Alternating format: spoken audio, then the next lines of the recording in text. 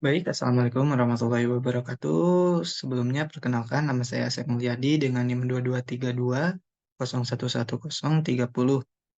Di sini saya telah mengerjakan UAS yang berjudul Kesenjangan Gender di Tempat Kerja. Nah, perkenalan kesenjangan gender.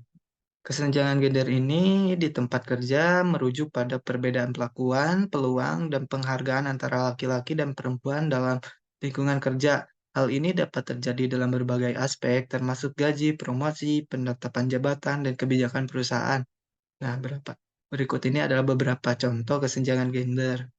Yang pertama itu perbedaan gaji antara laki-laki dengan perempuan yang merupakan pekerja yang sama dengan tingkat pendidikan dan pengalaman yang sama. Nah, yang kedua, ketidaksetaraan dalam kesempatan promosi, di mana laki-laki lebih sering mendapatkan promosi dibandingkan perempuan.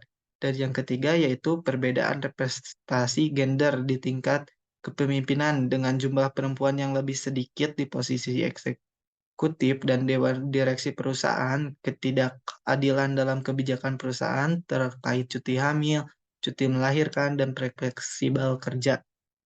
Yang selanjutnya adalah penyebab kesenjangan gender di tempat kerja. Nah, yaitu yang pertama faktor sosial.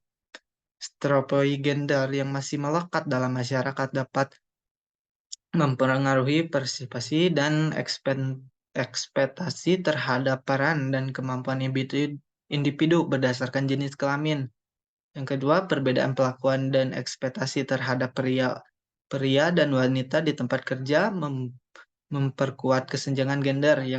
Yang kedua yaitu faktor budaya. Yang ke satu, norma dan nilai budaya yang menangkap peran perempuan lebih cocok di rumah atau dalam pekerjaan yang dianggap tradisional dapat membatasi akses dan kesempatan bagi perempuan untuk berkarir. Poin kedua, diskriminasi dan stereotip gender yang terdapat dalam budaya juga dapat mempengaruhi kesenjangan gender di tempat kerja. Yang ketiga itu faktor struktural. Poin pertama, ketidakadilan dalam kebijakan dan sistem di tempat kerja seperti perbedaan gaji antara pria dan perempuan atau kurangnya dukungan untuk keseimbangan kerja dan kehidupan pribadi dapat memperkuat kesenjangan gender. Poin kedua, kurangnya representasi dalam kehadiran perempuan dalam posisi kepemimpinan juga dapat mempengaruhi kesenjangan gender di tempat kerja. Dan yang selanjutnya, nah ini adalah solusinya kebijakan perusahaan. Yang pertama, pentingnya implementasi kebijakan yang mendukung kesetaraan gender di tempat kerja. Yang kedua, pastikan kebijakan ini mencakup penghapusan diskriminasi dan pelindungan hak-hak karyawan. Yang kedua, pelatihan. Berikut ini berikan pelatihan kepada semua karyawan tentang kesetaraan gender dan pentingnya menghormati perbedaan. Yang kedua, fokus pada kesadaran dan akan bias gender dan cara menghindari perilaku yang tidak setara. Yang ketiga, menghapus bias. Identifikasi dan hapus bias gender dalam kebijakan, proses, dan praktek perusahaan.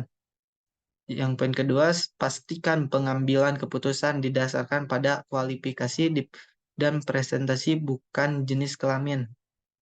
Nah, terakhir itu langkah-langkah menuju kesetaraan gender. Yang pertama itu mengambang kebijakan inklusif, yaitu membuat kebijakan yang melindungi hak-hak pekerja perempuan seperti cuti melahirkan, cuti hamil, cuti fleksibel kerja, dan pelindungan dari pelecehan seksual.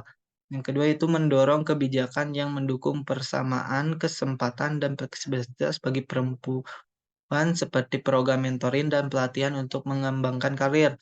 Yang kedua itu promosi kesetaraan upah.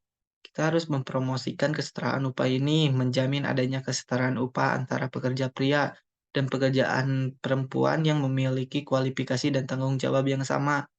Yang kedua itu menghilangkan kesenjangan upah yang tidak adil berdasarkan jenis kelamin. Yang ketiga itu meningkatkan kesadaran. Meningkatkan kesadaran ini mengadakan pelatihan dan workshop tentang kesetaraan gender dan kebijakan inklusif untuk semua karyawan, mendorong dialog terbuka dan diskusi mengenai isu-isu gender di tempat kerja. Ya, mungkin sekian dari saya. Wabillahi taufiq wal hidayah. Wassalamualaikum warahmatullahi wabarakatuh. Terima kasih.